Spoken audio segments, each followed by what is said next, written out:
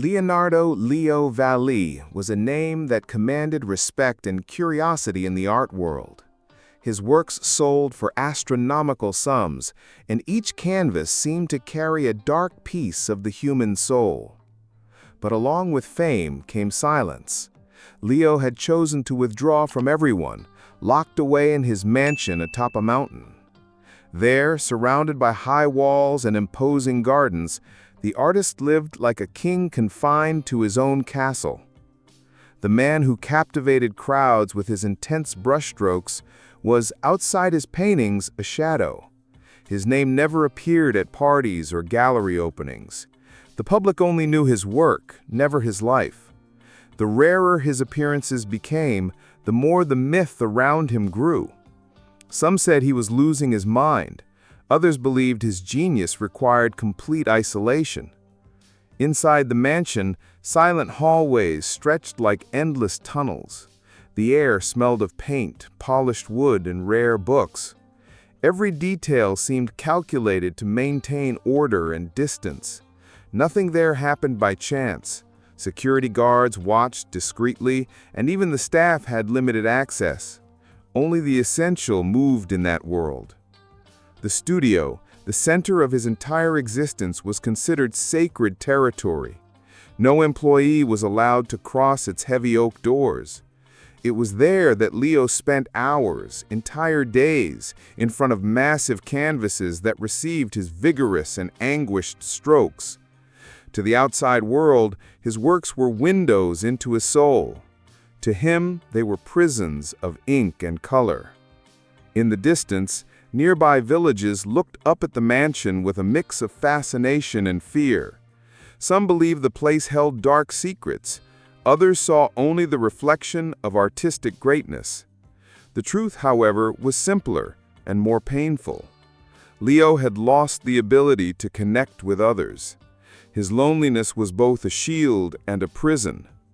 Little by little, even his painting began to suffer. What was once an explosion of emotion now became a repetition of formulas, as if his soul had run dry. The artist who once painted with passion now created out of obligation. The weight of the world's expectations crushed his inspiration. Despite this, his name remained highly valued. The art market fed the myth of Valli, selling each canvas as if it were a piece of eternity. But Leo knew his flame was nearly extinguished. He still painted, but without feeling the same life pulsing through his movements. It was like writing letters with no recipient. On rare occasions, Leo walked through the mansion's gardens, observing the flowers and statues that lined the paths. But even in those moments, the silence seemed to suffocate him. It was as if all of nature bowed to his isolation. He, in turn, believed it was the price of genius. Beneath his cold exterior was a tired man. Leo held memories of a time when he painted with joy, but those memories were locked away in a mental chest he refused to open.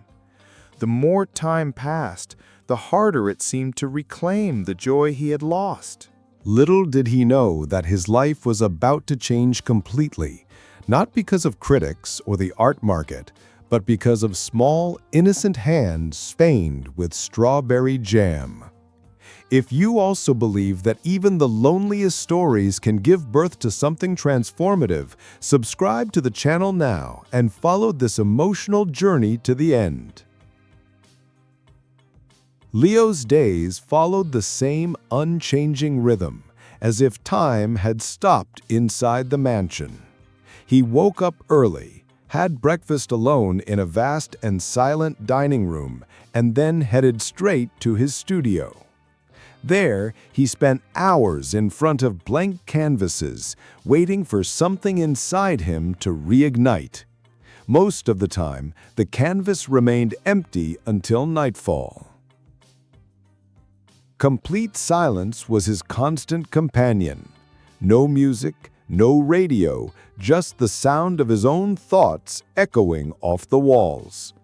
The staff walked around quietly, as if afraid to disturb the atmosphere of the place. To them, Vallee was both their boss and a mystery.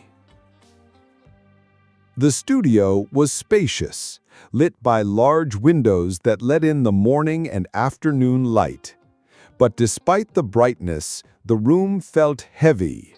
Unfinished paintings piled up, all in dark, almost suffocating colors. The place seemed to reflect the growing emptiness inside the artist. Security guards discreetly patrolled the grounds. They weren't just protecting Leo from the outside world, they also made sure no one disrupted his sanctuary of solitude. Even the staff knew there were lines they could never cross. The studio was the biggest one. During meals, Leo barely spoke. Sometimes he jotted down ideas in small notebooks, sketches that rarely turned into anything real. The kitchen staff, loyal and efficient, prepared exquisite dishes, but he ate without enthusiasm, like someone going through the motions. At night, his only company was the fireplace and a glass of wine. During those hours, he wandered the halls of the mansion, admiring old paintings and sculptures he'd collected over the years. Everything was beautiful, but nothing brought him joy. His life felt like a cold art gallery, full of color, yet somehow colorless. Every now and then, a night breeze drifted through the windows, carrying distant sounds from the village below. Laughter, music, human voices. They reminded Leo of the world he'd chosen to leave behind. But he pushed those thoughts away, convinced that isolation was necessary for his art. Still, something inside him was screaming. The emptiness grew heavier, and inspiration became harder to find. The blank canvas seemed to mock him. In silence, he wondered whether he'd already lost what once made him special. Outside his world, the staff kept the house running. Among them was Carmen, the cleaner who arrived every day with her young daughter, Luna. The child was the only one who seemed to see life in that silent environment. Her curious eyes wandered the halls as if she were exploring an enchanted castle. And it would be precisely that pure, unguarded childlike curiosity that would soon cross the forbidden barrier and change Leo Vallee's destiny forever. Carmen was a woman with steady steps and calm eyes, despite the daily challenges she faced. An immigrant in search of a better life, she had taken the cleaning job at Vallee's mansion because it was a rare and well-paid opportunity. Though the work was tiring, it allowed her to support her daughter and dream of quieter days. Yet her true talent lay hidden in old notebooks, where she sketched furniture and creative designs, memories of a design course cut short by the need to survive. Luna, her 6-year-old daughter, was the complete opposite of the silence that filled the mansion. With flowing hair and eyes that always seemed to sparkle with curiosity, she ran through the hallways as if exploring an enchanted castle. To the little girl, every sculpture, every painting, every stained glass window was a door to a universe of stories only she could imagine. Her innocence brought color to the cold surroundings. Carmen tried to temper her daughter's excitement. She knew the mansion had strict rules, especially when it came to Vallee's studio. It was considered forbidden territory. She always reminded Luna not to go near that heavy oak door. "That's his world, sweetheart. We can't go in there," she'd say with a mix of respect and fear. Despite the warnings, Luna couldn't help but be fascinated by the mysterious artist. Every now and then she'd pass him in the hallways, a tall man with a serious expression who moved like a shadow. To her, he seemed like a sad giant, someone carrying an invisible weight. Leo, for his part, noticed the child's presence, even if he didn't show it. He watched from a distance how she lit up the rooms, how her laughter echoed, breaking the mansion's silence. Though he'd never admit it, there was something comforting about that innocent energy, something he had lost a long time ago. Carmen, always careful, avoided causing any trouble. She did her job with dedication, cleaning the halls, polishing the furniture, organizing whatever was needed. But at night, at home, she drew. She sketched designs she would never show anyone, keeping the fragments of her interrupted dream to herself. Luna loved watching her mother draw. She'd sit beside her, doodling little stars, hearts, and flowers on colored paper. "One day, Mama, I'm going to draw something so beautiful, even Mr. Valet will want to see it," she'd say, innocently, drawing soft laughter from Carmen, who would pull her into a hug. In the meantime, Leo's life continued in the same lonely rhythm. But little by little, Luna's energy began to break through the invisible barriers of the mansion. Her curiosity, impossible to contain, would inevitably lead her to the forbidden heart of that place, the studio. With each visit, the little girl's gaze lingered longer on that closed door. To her, it wasn't just wood and iron, it was a magical portal holding secrets that begged to be discovered. And soon, her childlike courage would outweigh her fear of disobeying. Valet's studio had always fascinated Luna. From a distance, she watched the large, dark oak door with its subtle carvings and heavy metal handle. It looked like something out of a fairy tale, protected by invisible secrets. With every visit she made with her mother, her curiosity grew until the urge to peek became irresistible. One spring afternoon, while Carmen was busy cleaning the library, Luna slipped away unnoticed. The hallways were quiet, and the distant sound of security guards' footsteps faded into the thick walls. Moving softly, the little girl walked toward the forbidden door, still clutching a piece of jelly-covered bread in her hand.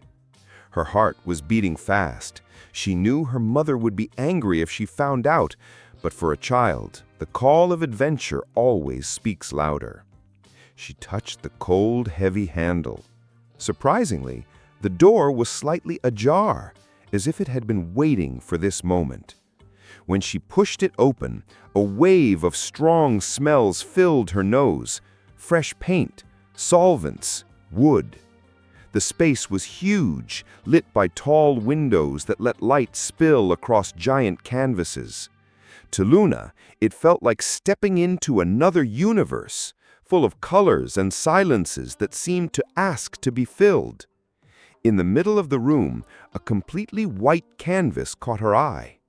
Unlike the others, which were filled with dark tones, this one looked lonely, as if waiting for something special. The little girl walked closer, lifted her jelly-stained hand, and, with complete innocence, drew a small pink star in the corner. Suddenly, a deep voice broke the silence. "What are you doing in here?" Luna turned, startled. Standing before her was Leo Valet, his eyes wide with a mix of anger and surprise. But the little girl wasn't intimidated. She pointed at the star she'd just drawn and simply asked, "Can I put more stars here?" For a moment, time seemed to stand still. Leo stared at the child's mark on the untouched canvas. His first reaction was outrage. How dare someone touch his work? But at the same time, something stirred inside him. That little star felt alive, unlike anything he'd been creating lately. Silence filled the room again. Leo took a deep breath, unsure whether to yell or smile. Luna, still innocent, just waited for his answer, pure and unafraid. Carmen rushed into the studio in a panic, her face pale with fear as she saw her daughter standing in front of the untouched canvas. "Mr. Valet, please forgive me," she exclaimed, pulling Luna by the arm. She wasn't just afraid of losing her job, she was terrified of having stained the artist's sanctuary. Her eyes begged for forgiveness, while the little girl softly protested, trying to explain that she only wanted to add stars to the painting. Leo raised his hand, asking for silence. His gaze remained fixed on the canvas. Something inside him seemed to shift. The memory of when he was 6 years old and made his first drawing came rushing back, bringing with it a feeling of lightness he hadn't felt in decades. His initial anger melted into a strange curiosity. "Letter B," he said, surprising Carmen. His voice was deep but carried no threat. She froze, unable to believe what she was hearing. Luna, on the other hand, broke into a shy smile, as if she'd just been given magical permission. The little girl turned back to the canvas and, with her hands still sticky with jelly, added another small star, slightly bigger than the first. Her fingers left imperfect marks, but they were full of life. Leo watched every movement closely, feeling something long asleep begin to stir inside him. When Carmen finally convinced Luna to leave, Leo remained alone in the studio, staring at the 2 pink stars. For the first time in a very long time, he felt a real desire to paint, not out of obligation or market pressure, but for the simple pleasure of creating. He picked up his brushes, hesitant. The smell of paint mixed with the memory of Luna's laughter. The canvas was no longer his enemy. It was an invitation. Light strokes began to appear, colors he hadn't used in years. Every brushstroke seemed guided by the little girl's boldness. Outside, Carmen walked through the hallway, still shaken by her employer's reaction. She never imagined he would allow such a thing. Despite her fear, an unexpected sense of relief washed over her. Maybe, deep down, Luna had done something no one else had dared, broken through the invisible walls surrounding the artist's heart. That night, Leo didn't sleep. He painted until sunrise, letting the colors spread freely. With every star he painted, he felt closer to the boy he once was, and further from the cold man he had become.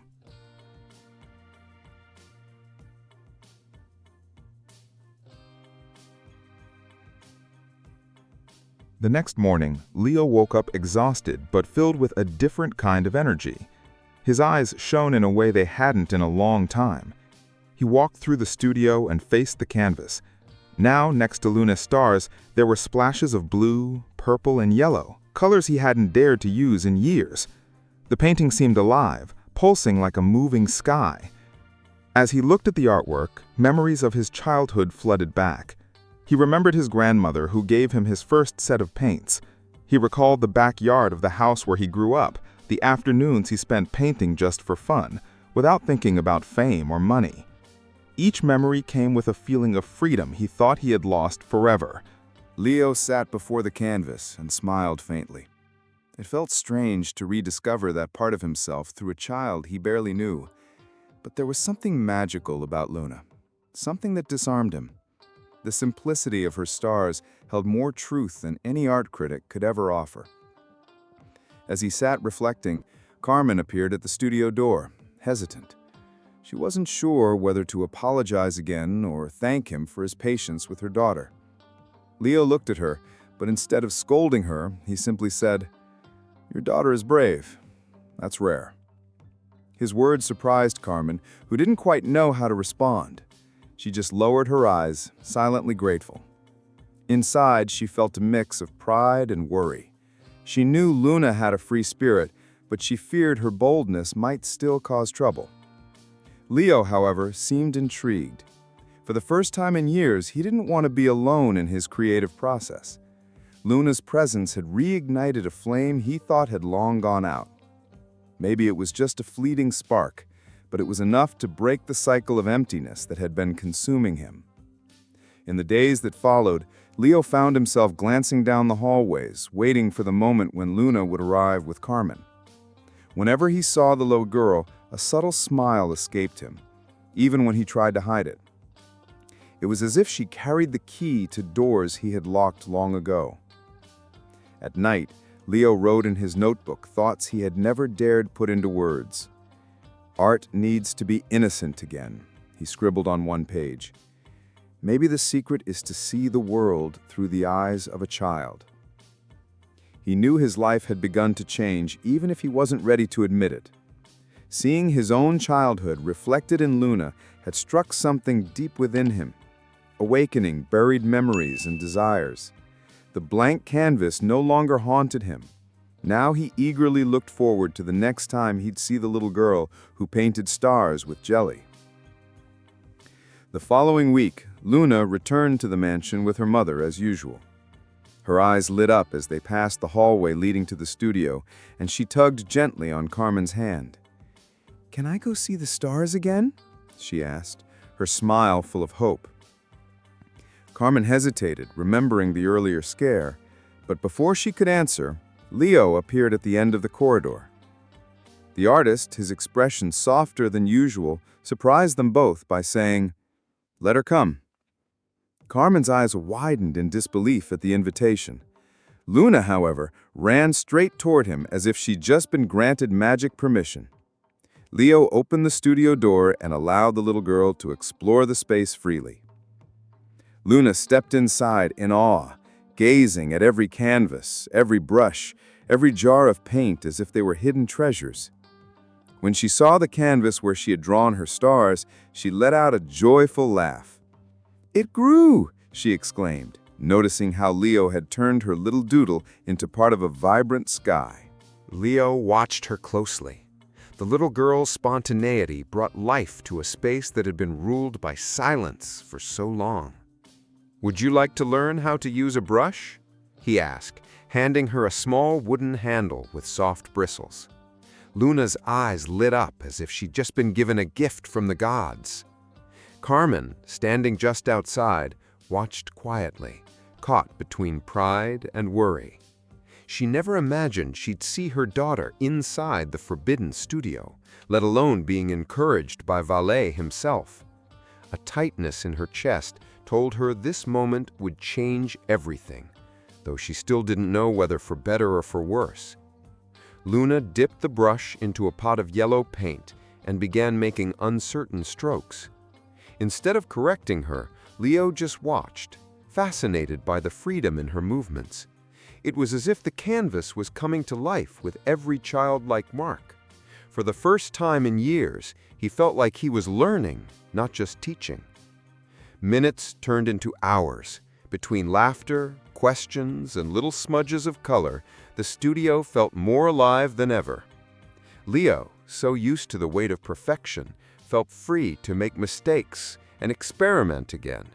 Luna had broken the spell of rigidity that had held him captive. By late afternoon, Carmen called her daughter to leave. Luna walked out excitedly, promising she'd come back to make more stars.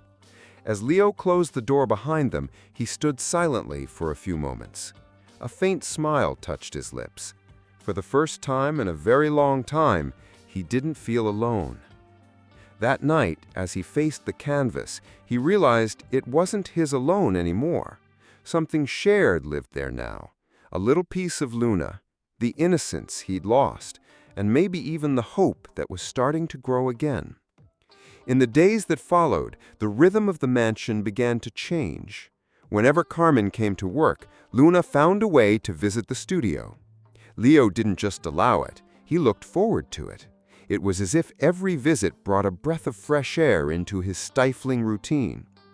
Carmen, though still concerned, couldn't bring herself to stop it completely. She watched her daughter light up in that world of colors and felt a twinge of pride.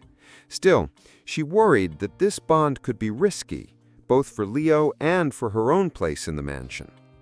One afternoon, while Luna slept in a corner of the studio, worn out from playing with paints and brushes, Leo approached Carmen.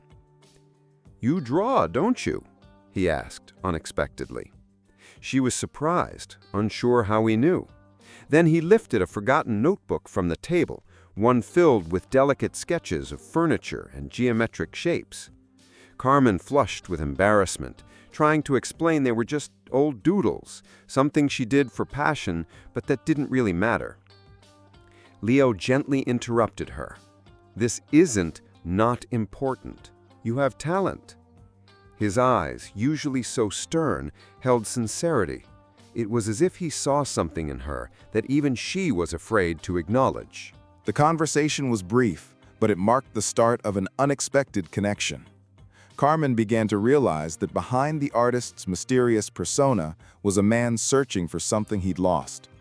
And Leo, in turn, started seeing Carmen not just as a dedicated employee, but as a woman who, like him, carried a hidden artistry within her.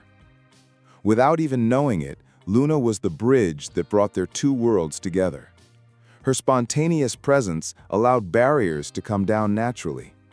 Between laughter and splashes of paint, the studio became more than just a creative space. It became a meeting place of hearts as well. Leo often found himself watching Carmen, curious about the dreams she'd set aside. He wanted to ask more, to understand, but for now, he kept to small gestures. Carmen, on the other hand, was beginning to see past the distant genius. She saw someone vulnerable, marked by loneliness. The bond among the three of them grew without any of them fully realizing it. The studio, once untouchable, was now the stage for a new chapter, a place where colors, memories, and emotions blended together. The rigidness of the past was slowly giving way to something lighter and more human. Leo knew he was changing. He didn't yet understand how far this transformation would go, but he was sure of one thing. Luna and Carmen had become part of his life, and nothing would ever be the same again. Leo's studio, which once felt like a silent tomb, was now filled with laughter, questions, and unexpected colors. Luna's presence brought an energy that inspired him in ways he never saw coming. He began experimenting with lighter brushstrokes, mixing vibrant shades he'd avoided for years. Every star, every childish smudge became an excuse to explore new ways of expressing himself.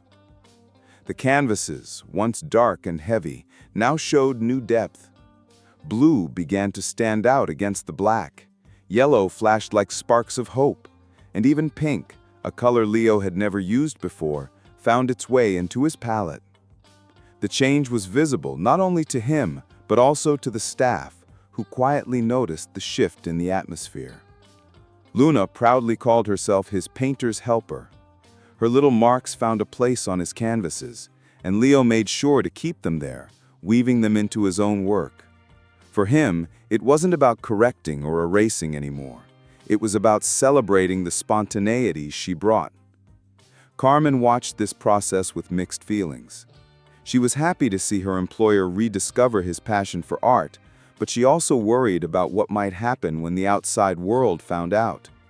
Leo Valle wasn't just any man. Each of his paintings carried the weight of great expectations from both the art market and critics. But Leo didn't care. He painted with a freedom he hadn't felt in decades. His days were no longer just a routine. They were shared creative journeys. Luna had become his accidental muse, and Carmen his silent confidant. The trio formed an unlikely but growing bond. Nights weren't lonely anymore. Leo stayed in the studio until late, revisiting memories from his childhood and sketching new ideas he once wouldn't have dared explore.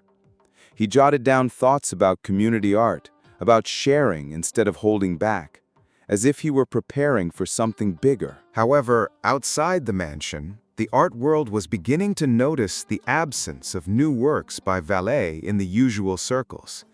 Critics and investors questioned his silence and speculated about a possible creative crisis. Rumors spread, with some claiming that the genius had burned out. Leo wasn't bothered by the noise. Deep down, he knew something meaningful was taking shape, even if it was invisible to everyone else. For the first time in a long time, he felt his art had purpose again, not for the market, but for life itself. Still, this transformation wouldn't stay unnoticed for much longer. A clash was inevitable between the dark, brooding work people expected from him and the new light he was beginning to create. The first sign of tension came during a call from his agent. "Leo, what's going on?" he asked, sounding concerned. "Collectors are getting impatient. They want to know when they can expect new pieces. You can't just disappear like this." Leo stayed quiet for a moment before simply saying he needed more time, but the pressure was already building. A few days later, an influential gallery owner visited the mansion, eager to see the new works. When he stepped into the studio, he was stunned. Instead of the dark, intense canvases Vallée was known for, he found colorful paintings, full of light and childlike strokes. "What is this?" he asked, almost offended. "This isn't the Vallée the world expects." Leo didn't flinch. Calmly, he replied, "Maybe what the world expects isn't what I want to give anymore." His words, spoken with quiet conviction, made it clear he wouldn't turn back. But the gallery owner left furious, warning that this silly phase could ruin his reputation. Carmen, who had overheard part of the conversation, felt her heart sink. She knew the outside world wouldn't easily understand Leo's transformation. She feared he'd be torn apart by critics if he kept going down this path. But seeing his determination, she chose to support him silently. Meanwhile, Luna continued to bring lightness into their days. To her, critics and investors didn't exist. What mattered was playing with colors, making a mess with the paint, and inventing stories for every drawing. Her innocence was the shield that protected Leo from outside pressures. Even so, the weight of expectations kept growing. Newspaper headlines questioned his disappearance, and collectors complained about the lack of new work. The art market, used to Vallée's exclusivity, wasn't ready for unexpected change. The pressure threatened to shatter the fragile balance they had found. But Leo had made his mind. For the first time, he didn't care about losing contracts or prestige. What truly mattered was right in front of him, the joy of painting again, and the connection he'd built with Luna and Carmen. To him, that was worth more than any $1 million auction. That night, Leo walked through the mansion's gardens and reflected. The outside world wanted the dark, untouchable genius, but he wasn't that man anymore. He was ready to face the consequences of his choice, even if it cost him his career. As the stars shone in the night sky, Leo smiled, remembering Luna's small hands painting stars on the blank canvas. Critics might call him crazy, but deep down he knew his true masterpiece was only just beginning. One quiet afternoon, while Luna was drawing on the studio floor, lost in her own world, Leo asked Carmen to stay.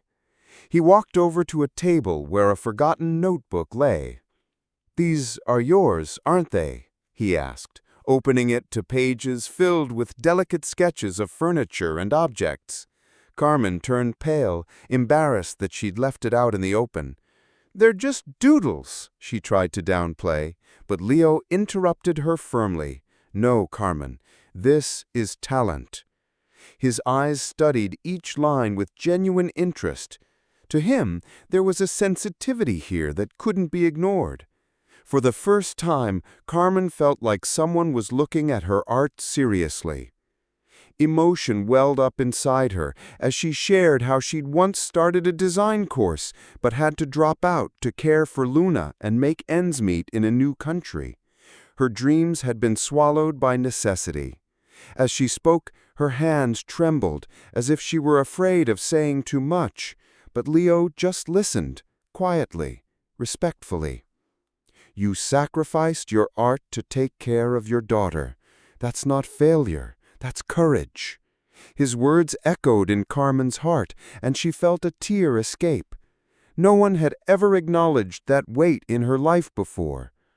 Luna, unaware of the depth of the moment, ran over to them with a colorful drawing in her hands. "Look, Mama, I made stars for all three of us," she exclaimed, showing 3 figures holding hands under a sky full of dots. Carmen smiled through her emotions, while Leo watched silently, moved by the symbolism of the little girl's innocence. From that day on, Leo encouraged Carmen to draw more. He asked to see her sketches, offered ideas, and even gave her special paper to use. To him, it wasn't just an act of generosity. It felt like recognizing a creative partner in her, someone who also had something to offer the world. Though still shy, Carmen began to believe in her talent again. She spent nights drawing and arrived at the mansion with new designs hidden in her bag. Little by little, she was rediscovering a part of herself she thought she'd lost forever. Leo saw in Carmen not just a dedicated mother, but an artist who inspired him. And the closer they grew, the more he understood that maybe fate had brought these two into his life to remind him that art doesn't belong in isolation, it belongs in sharing. Yet this realization only sharpened the contrast between his inner world and the outside pressures surrounding him. The conflict was about to intensify in a decisive way. The criticism and demands kept mounting. Headlines splashed across newspapers. "Is Genius Valet in a creative crisis?" Or "Leo Valet's mysterious disappearance puzzles the art world." The market, used to his exclusive and shadowy works, couldn't accept his absence. Agents and investors demanded answers, but Leo had already made his choice. One evening, he gathered Carmen and Luna in the studio. The canvas in front of them showed a sky full of colors, dotted with childlike stars. Leo took a deep breath and said, "I don't want to paint just for a select few anymore. I want to open this place up. I want everyone to have access to art." Carmen stared at him in disbelief, hardly able to process what she was hearing. Leo explained his idea of turning part of the mansion into a community foundation. The space would be open to children, young people, and unknown artists, a place where everyone could create and learn together. "Art shouldn't be put on a pedestal," he said with conviction. "It should be a bridge." Carmen, moved but worried, reminded him of the consequences.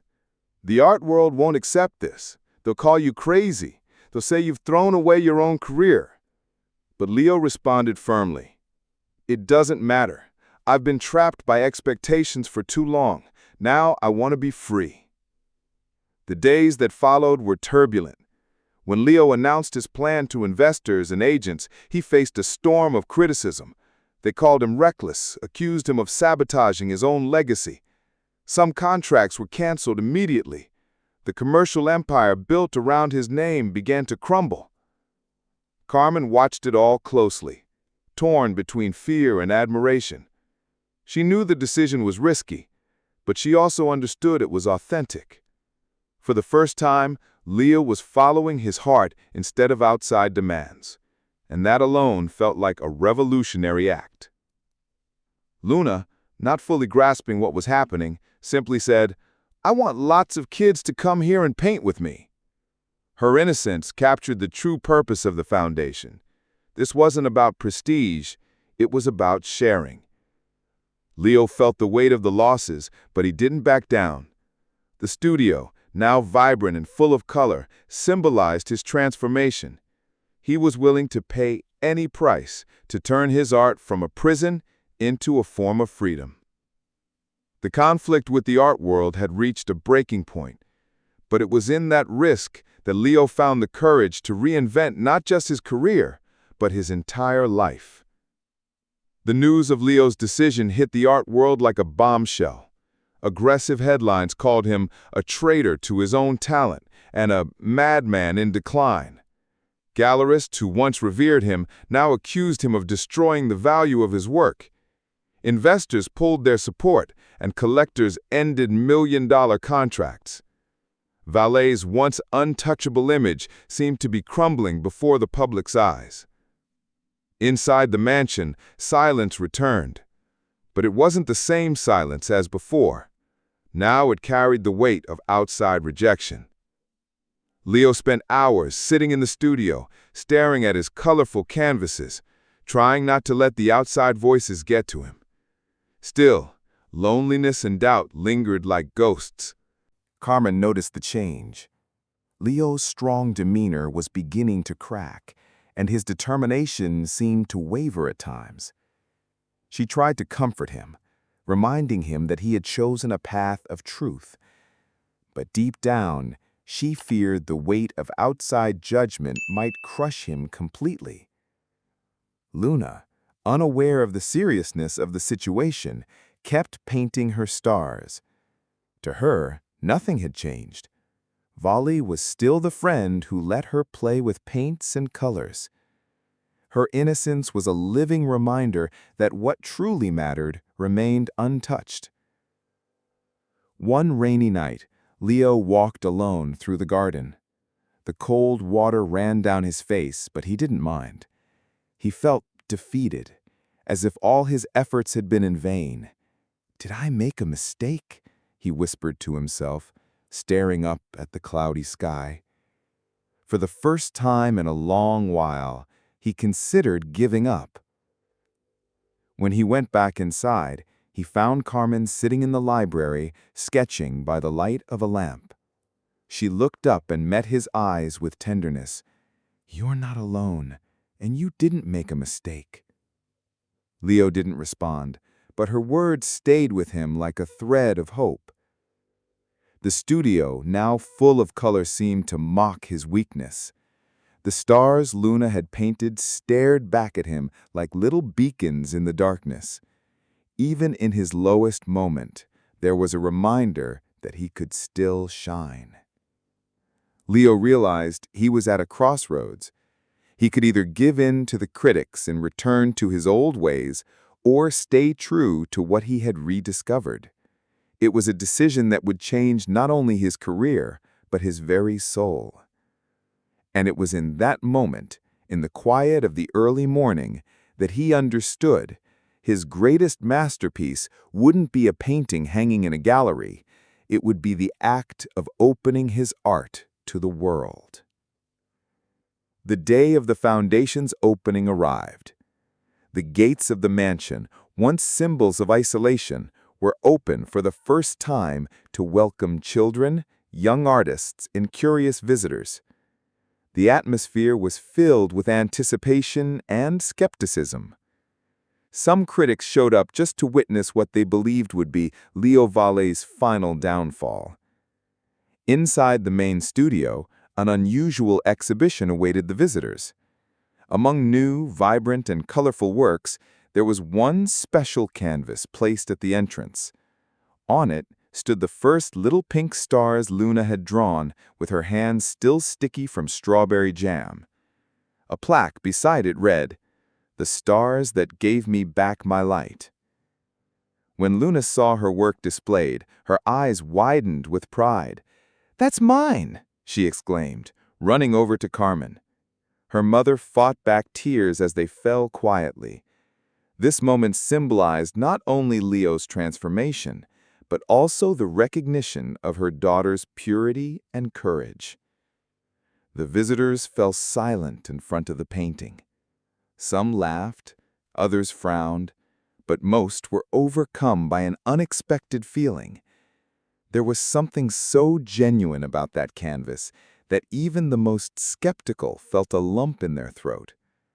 It was impossible not to be moved by the powerful simplicity of those childlike stars. Leo watched from a distance, quietly. He saw in the eyes of those present the same emotion he'd felt when he first saw Luna painting. It didn't matter what the critics or investors said anymore. This was his real victory. Carmen was introduced as the foundation's head curator, and her sensitivity quickly became clear in how she organized the space. She didn't just display artwork, she encouraged new talent to blossom. Finally, her role aligned with the dream she had set aside for so many years.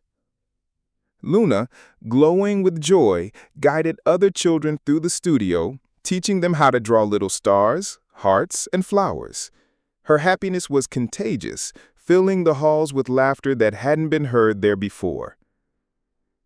Even the harshest critics tried to find flaws, but it was impossible to ignore the transformation right in front of them. Leo was no longer the untouchable artist who painted shadows. He was the man who had rediscovered light and was sharing it without fear.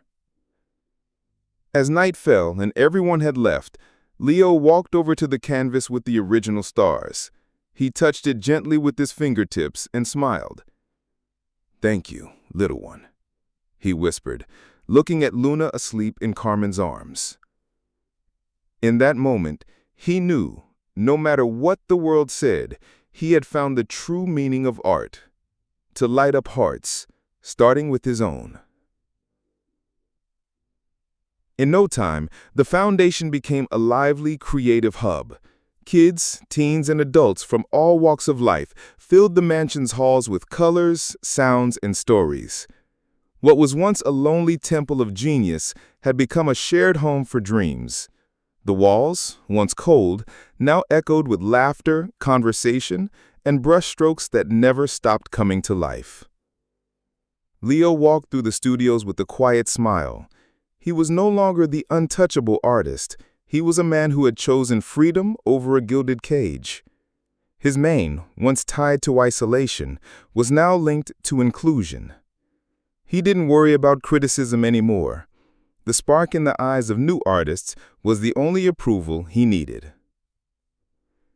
Carmen excelled as head curator.